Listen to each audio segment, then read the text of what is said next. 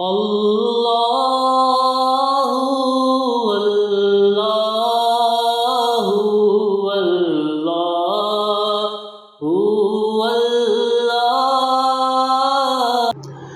سامعین، محرم الحرام ایک ایسا مہینہ ہے جس کا احترام اسلام سے پہلے بھی تھا۔ بعض روایات میں تو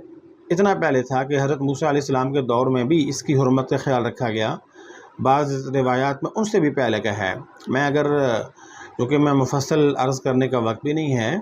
اشارتاً ایک بات کہہ دیتا ہوں، تقریباً بعض روایات میں 14 انبیاء ایسے ہیں جن کو محرم الحرام کے مہینے میں خاص چیز عنایت ہوئی، اور اگر ان میں ہم روایات کو دیکھیں تو تقریباً 3 تابعین اور 4 صحابہ کرام سے روایتیں ایسی ہیں جن میں اگر ہم ان 14 کو نہیں لیتے تو 4 انبیاء پھر بھی ایسے ہیں جن کے متعلق یوں آتا ہے جیسے حضرت موسیٰ علیہ نبینا علیہ السلام،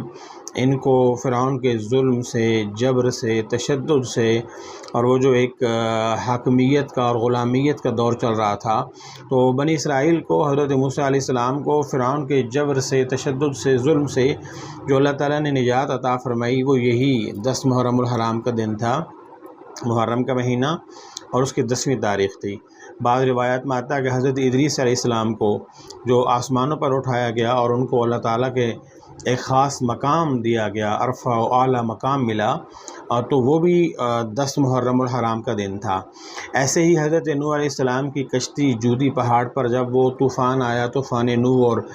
اس وقت کی جتنی بھی انسانیت تھی ساری پانی میں ڈوب کے وہ بچے جو کشتی میں تھے، نوح علیہ السلام کے اپنے سارے بیٹے بھی کشتی میں نہیں آئے، حام، سام، یافس، یہ 3 بچے کشتی میں آئے، لیکن چوتھا جو تھا وہ کشتی میں نہیں آیا تو وہ ہلاک ہو گیا۔ تو یہ کشتی جب جودی پہاڑ پر آ کے اس نے توقف کیا، ٹھہری،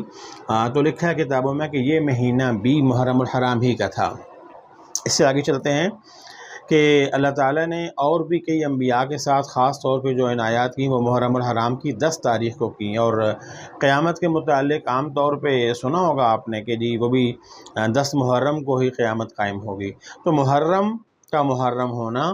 محرم کی حرمت کا ہونا، محرم کا احترام والا ہونا، محرم کا اہمیت اور عظمت والا ہونا وہ پہلے سے موجود تھا۔ اللہ